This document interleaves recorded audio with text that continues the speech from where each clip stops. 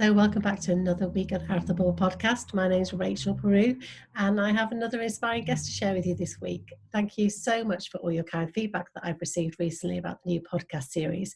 I have got such an amazing lineup of inspiring women to share with you all, and I just hope and know that their stories will be able to inspire and help motivate others. And that's no exception with today's guest. So today I'm going to be talking to life coach Amy Rowlinson. Amy has a fantastic podcast called Focus on Why. And that says it all, really. You know, Amy is helping people find their clarity and to understand what their why is. And after all, that the why is at the heart of everything that we do in life. So I'm really looking forward to finding out from Amy about how she found her why and what it looks like and what it means to her, and how we can all take those steps to find our own why. So grab a coffee, sit back and relax, enjoy. So welcome, Amy. Thank you so much for joining me today. Thank you for having me, Rachel. It's an absolute delight to be here. It's yet another connection that I've made through social media and through networking on Facebook. I'm a huge advocate for women reaching out to other people and connecting. So thank you so much. And it's great to be able to virtually meet at last. I know, I feel like I've met an entire world of people in the last year, and yet, you know, if I pass them in the street, I'm not sure I would recognize them without a little name tag on their bottom left-hand corner. Absolutely. And I must admit, it has been interesting, because although there's been obviously lots of negatives during this last year, the amount of people that I have, new connections that I've made, that have really enhanced everything that I'm doing in my life, has just been fantastic this year. Do you feel the same? Yeah, there's been so many people that I would never have met if we hadn't have had the pandemic, and I wouldn't have connected with in the way that I have, especially on the podcast on Focus on Why, because I was able to reach out to people globally and have them on the show without having to travel and meet them, such as Tokyo and the sort of United States, and all over. To be fair, it's been incredible. So there's got to be some upsides to the pandemic. Absolutely. So for anybody that doesn't know anything about you, Amy, how do you introduce yourself to people? Oh, that's a good question. Obviously my name, so Amy Rowlinson, and a lot of people get that wrong. So it's always nice to sort of say Rowlinson as opposed to the Rawlinson or the Rowlinsons. But no, Amy Rowlinson is me, and I am a life purpose coach. And that came about as a desire to find out more about what I needed to do, or what I wanted to do in my own life, and how I could manifest that. I'm sure we're going to talk about a little bit about my journey, but I am focusing now on helping others, coaching them to help them with their purpose, but also with other things such as property portfolio building and also podcasting. So those three things are actually really intertwined for me, and due to the sort of last 5 years of what I've been focusing on. I mean, where do we start with that? I suppose we start back at the fact that you have got this background in property development and the property world. So how do you take those steps from doing that? And you had a really successful award-winning podcast. Was it Get Vaults? Property Vaults. Yeah. To doing what you're doing now, because it's kind of incorporating lots of different things along the way, hasn't it? Yeah. So what happened was I was working for a startup company. I'd gone back to work after having a long period out of raising children. And I went back to work for a company for on and off for a couple of years. I took a little small sabbatical out in between to help my son get through his 11 plus. And when I went back after that, sort of a few months of relaunching their business, rebranding it, the Brexit came. The decision for Brexit came, I should clarify. So we're going back to 23rd of June, 2016. And as many companies found, there was a lot of uncertainty. What's going to happen? How's this going to work for the business? And there were conversations in our business arose as well. And one of the conversations were maybe we could reduce some of the hours for some of the staff, some of the people. And they asked me if I could reduce my hours. And it came at really good timing, because I was thinking of stepping back out from that company anyway, and wanting to do a refurbishment on a property I already had. I'd been an accidental landlord at that point for almost a decade. And I wanted to do some refurbishment and bring it up to speed on that particular rental property. So timings worked. But what happened then is I realized through education, again, it was an accidental advert that I saw in the Metro for a 2-hour seminar. I went to that seminar, it turned into a 3-day course, turned into a 2-year course. And I realized that I could actually build a portfolio of property with the resources that I already had, but I just didn't know that that was what I could do. So I spent a huge amount of time, 3 years to be precise, building that portfolio to allow my husband to retire. And that's what he did. So 3 years and 3 days later, from that moment that I went on that first course to that date of 30th of September 2019, I knew that that was what was going to happen. And on the 3rd of October, yes, he retired. And he's now taken over quite a lot of the daily running of that particular portfolio, which allows me to spend a huge amount of time on what I really love doing. I enjoy property. I love the transformation, but the daily runnings of it is not necessarily my favorite thing in life. So now I spend my time around podcasting and coaching, which I absolutely love. So the property has led into the podcasting. I had a property podcast with a previous business, and now I have the purpose is the sort of purpose is leading my whole life, having sort of understood through understanding personal development just how much change that can have an effect on you. And that just shows you the power of curiosity, because without you going and taking that first 2-hour seminar, then, you know, and being curious about that, it's just had a massive knock-on effect. Have you always been curious in life, or has that something that's developed as you got older? I have been curious, and I guess that whole why question, you know, when you're younger, you know, why does this work? Why does that work? What is all this about? Yeah, I've always been curious, and I've always refused to set that no wasn't, or something wasn't possible. I was always refused that no for an answer. It's like, no, I need to find out a bit more. I need to really dig in. And I'm a massive reader. I think that's probably led or fueled my curiosity in life, is just to understand how things work, to understand more about me, to understand more about humanity. So I'm constantly reading. I have about 5 or 6, in fact I've probably got about 12 different books scattered around me, where I pick up different ones all the time. I do have a bit of a butterfly mind, so I'm always here, there and everywhere. I can relate to that one too, Amy. I'm a massive reader, but I do have little piles of certain times of the day or the week. I will go back and but I'm fairly new to the self-development arena, and it is something that I'm massively into now, and I've learned so much about myself already. What do you think it is, though? Because I think quite a lot of women are scared of going down the self-development route because they don't really know where to start. How can we encourage people to take those steps to begin this journey of finding out their why? Yeah, it's not necessarily scared of where to start. It's more what will happen when they actually find the answers that they've been looking for. You know, what then? It's that whole reinvention, and I can only say embrace it, because it's just incredible. I just can't describe how amazing the life I live now, of fulfillment and of excitement, and just understanding that this is now what I should have been doing all this time. But it doesn't matter. I am where I am right now, and it's perfect in terms of there was no right time. That this is my time now, and I don't live a life of regret, thinking, oh, if only I'd known about personal development 20 years ago, or if I'd known about property 20 years ago. It wasn't meant to be. You know, it is what it is now, and I have found that fabulous shelf of personal development, and I am so curious to keep on learning.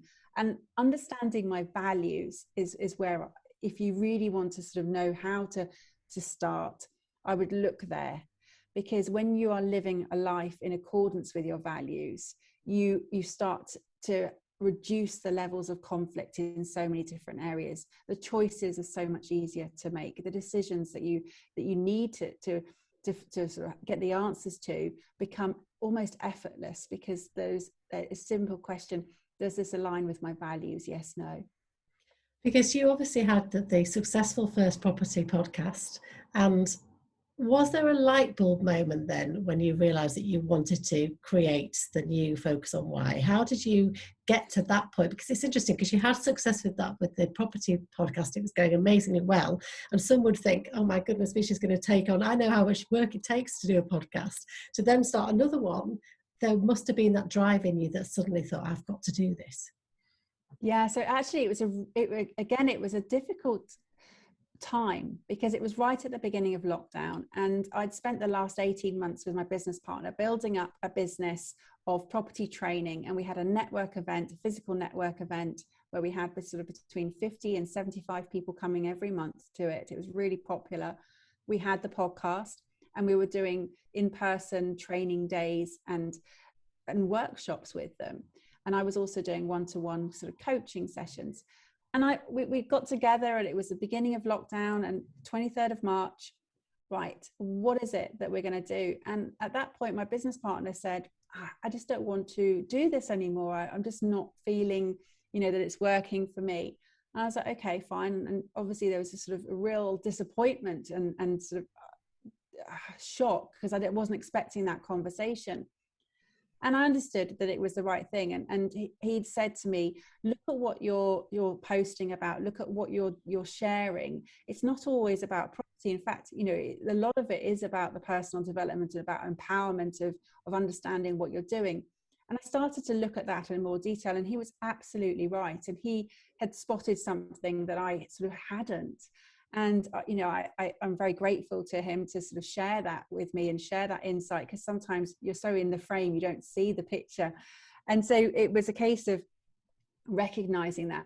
And I love the podcasting element. I absolutely, having started it a year beforehand, I was like, I don't want this to go, but maybe property isn't the space that I convey my message in anymore. Maybe it's something else. So I let my sort of subconscious work on that. And daily I was constantly writing loads of notes and brainstorming. And I knew that we were going to do a closeout episode a week later. So I had to have this plan. I had to understand what is it I was going to do to take my listeners from that show onto my new show. And I woke up on that morning with the idea, Focus on Why, and I'd done all the branding before that afternoon. It was just so clear. Why do people do what they do? Fascination and curious about people and life. It makes perfect sense. Of course, that's what it's going to be. And that was it. The show was the sort of in the embryonic stage for a second. It just suddenly just became full of life immediately. I love the fact that you really followed your intuition, and you really followed that and just got on with it without procrastinating. I think it's fantastic. And, the podcast itself, it speaks for itself. The fact that you have guests from all different backgrounds, don't you? All walks of life, from really high profile people that have done extraordinary things to just everyday people. But we all have this need to find this why, what is the purpose of what we're doing. What's it brought to you, do you think, in your life now you found your why? What's the benefits it's brought to you? I understand now the thread of life of me, all the collection of memories and stories and actions I've taken over the years. Never really understood how they all slotted in, how they all made me who I am. And I never really felt that I belonged in any particular one space. And now I understand that's because for me, I crave diversity. I absolutely love variety. And so I didn't want to be pigeonholed. I didn't want to go into a space where I was known for that particular industry, because I loved going across all industries. And if I look back to my first big job, I was a recruitment consultant. So I was working for a company, but I had the freedom and the flexibility to run my own desk. And I had temps working out each day in London. And I ran a team of other consultants. And between us, we had over 400 temps out, each working in different roles. Now that is absolutely 100% describes how I love it. I love to have the flexibility and the freedom to work in my own time, in my own way. I also have the flexibility of working with different people all the time. and then having all these different people coming in to interview them and then to place them in these roles. So for me, actually, looking back, it's easy. I stepped into this role, and actually, again, it was an accidental role. I'd registered as a temp myself and then got asked to come and work for that company. So I hadn't planned it. And it's just one of those things. I love diversity. I love seeing the ways that people have different skills, and I would recognize very quickly people's superpowers when as soon as they stepped in and we had that interview, and they were very fast. I knew exactly where they would work and how they would fit into those companies. And again, that's now when I'm working with people, I help them to recognize their superpowers and their strengths, and help them to reveal to themselves their values. So it all makes sense now, but at the time I had absolutely no idea what was going on and what my purpose was in life. And I'm sat here now whilst I'm listening to you thinking, okay, I've got to start thinking about what mine has been. I'm sure people will be listening thinking about their path. It's really interesting. And obviously, you've had so much experience in the interviewing side of it as well that you've now brought to the table with podcasting. So how comfortable are you being the front of all this then? Because you are so much more visible and you've taken on this role and you're getting your voice heard, which is amazing. But how easy has that been? It's a great question. And at the beginning, I had that whole, who am I to launch this podcast? It's a really big question, Amy. It's a really big area you're dealing with. Who are you to be that authority in that space? And I thought, well, hang on a minute. This is a question that everybody has in life. And why not? Why not me? Why not me being this person that can invite other people onto the show to share their why? And it just made so much sense. And by the time I launched the show, I'd already recorded 30 episodes. And I knew before that launch date that there was something very special. And I was so excited to share that. And the confidence grew every interview.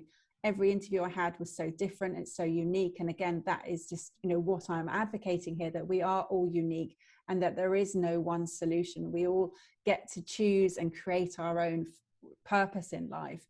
And I felt like I had this sort of golden treasure chest with all these different jewels in, and I was able to sort of take one out at a time and share that with other people. And it's just so special because I didn't actually struggle with the visibility side of that, because I could hide a little bit behind the guests, but then interspersed with that, I have my own reflections episodes, which are much more around about my reflections on those episodes, and they do reveal the more vulnerable side of me in them.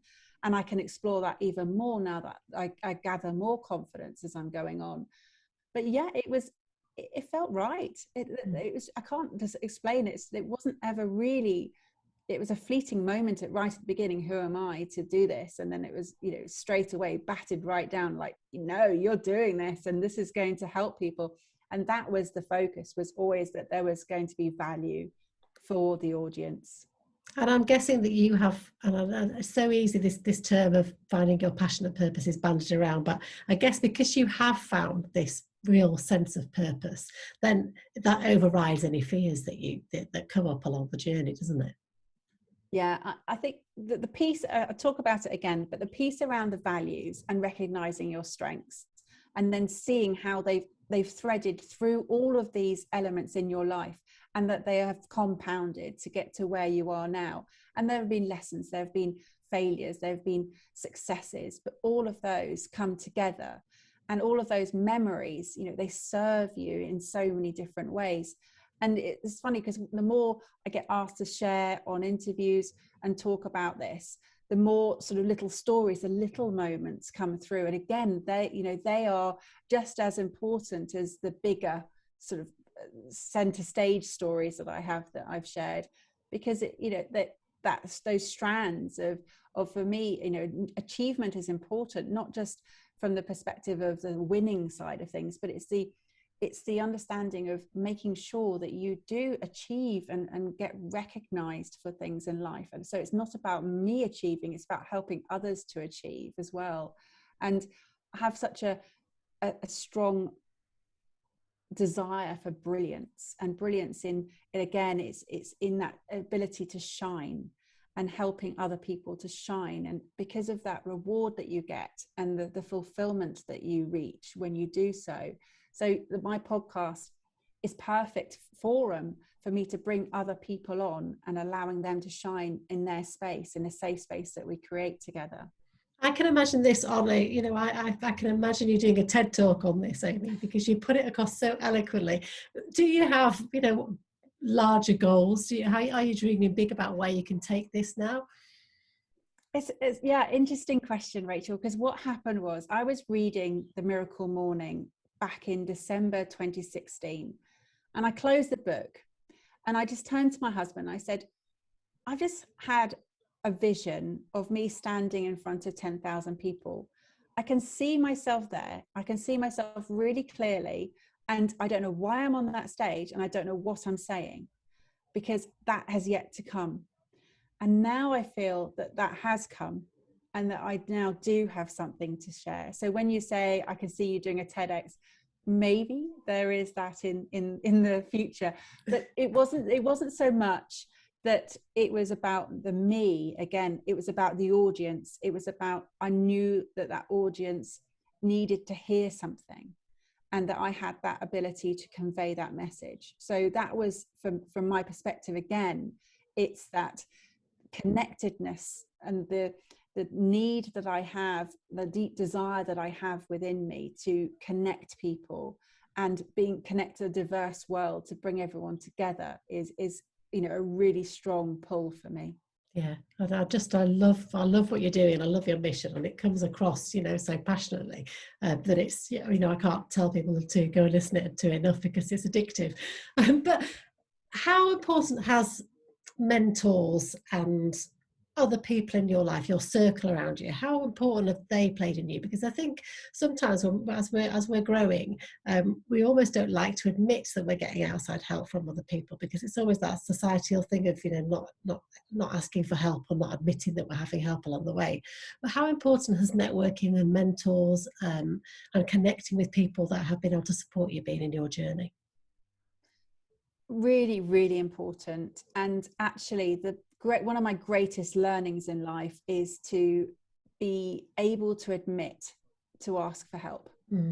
And the moment that I was able to do that was the day that I then started to really fly, to be fair. Instead of trying to do things all on my own, trying to learn how to do things on my own, and thinking that if I didn't sort of say, oh, I don't know how to do that people would judge me.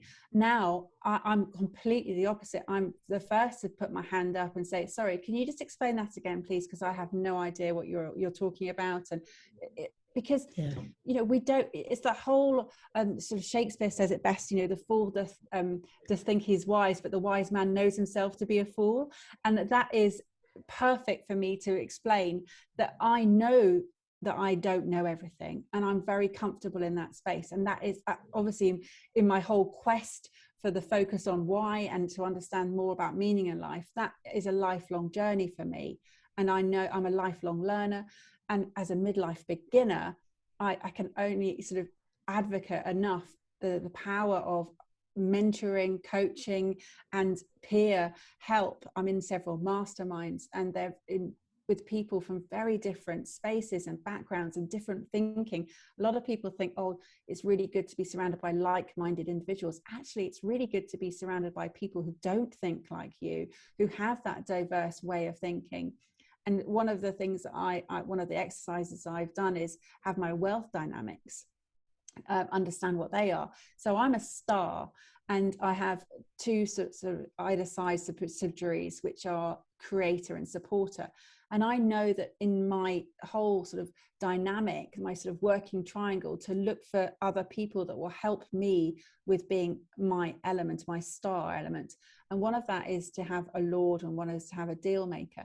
So my sort of immediate network, those two people feature very high in my life, and they really help me to function in areas of business, but also in sort of connecting with other people. And that for me has been invaluable. But yes, at every stage I have had a coach, I've had a mentor, and they have changed as I've grown. I've gone up a level, and I've asked other people to help me as I've improved. So yeah, I think it's just totally invaluable to ask for help and get support. Yeah, and like you said, midlife's such an exciting, it can be such an exciting time, can't it? So how do you feel about midlife and aging and the way society perhaps represents midlife women? Because I don't necessarily think the two correlate the way the media represents us and actually what's going on out there in the real world. It's really interesting because I was reading that a lot of entrepreneurs now, the average age is 40, and the media tends to sort of have that sort of understanding or sort of bias towards these young entrepreneurs, but actually there are a lot fewer younger entrepreneurs than there are midlife entrepreneurs, and the 45-year-old plus are the leaders of the majority of the startup entrepreneur businesses. So I'm a massive, massive advocate of midlife beginnings. And having started several different businesses, some have not been successful and some have. And that's okay. I'm comfortable with, the variety, but now I know what it is that I am doing. That is just absolutely flying. And being in the right space at this time of my life. And the children, they're 18, they're 15, they're pretty independent, and they're doing their own things, and they've got their own ways of living. So as a family dynamic, I have so much more time and space to be able to entertain my own desires more so. And again, I don't regret not having done property or starting businesses 20 years ago, because I feel that now is my time. So yeah. Oh, well, I am excited to watch the rest of your journey grow, Amy, because I know that you're going to go on and do so many more exciting things. But thank you so much for sharing your story. It's been amazing to talk to you. So for people that might want to know more about how they can work with you, where's the best place to find you? Go to amyrowlinson.com, and then you can connect with me on all social media from there. And yes, I'm on LinkedIn, Twitter, Facebook, and Instagram. But if you go to amyrowlinson.com, you'll find all of the links there. Brilliant. And the last question that I ask all my guests, because I'm really trying to encourage us all to be a lot kinder to ourselves. So if you were to pay yourself a compliment, what would it be? Oh, I love that question. Pay myself a compliment. You have got me there though. I would say a lot of people compliment me on my smile. And I would just remind myself that your smile changes lives, because people will take that energy into their own lives. So keep on smiling. What a perfect way to end this interview. Thank you so much for joining me. Absolute pleasure to talk to you. And I will put all your details so that everyone can come and find you. So thank you so much, Amy. Thank you. Thank you. Well, I hope you enjoyed the interview with Amy Rowlinson, and I'm sure I'm not the only one that has now been left thinking about exactly what is their why. I think I'm fairly sure on what mine is, but I'm going to be going to delve deeper into that one. Perhaps I'll let you know how I get on next week. But what's your why? What's your purpose? What's driving you right now? I'd love to hear from you. So please get in touch. You can find me at rachel@outofthebubblepodcast.com. So that would be great to hear from anybody. But what's your why? And I would recommend that you go and listen to Amy's amazing Focus on Why podcast. It really is amazing. And there's so many great inspiring women out there doing podcasts at the moment. It's really great to see the women coming through, because it has up until now been a very male orientated arena. So there's so many women out there now doing some fantastic work on podcasts. So definitely go and check out Focus on Why and have a think about what your why is. And I will be back next week with some more inspiration for you all. Have a great week.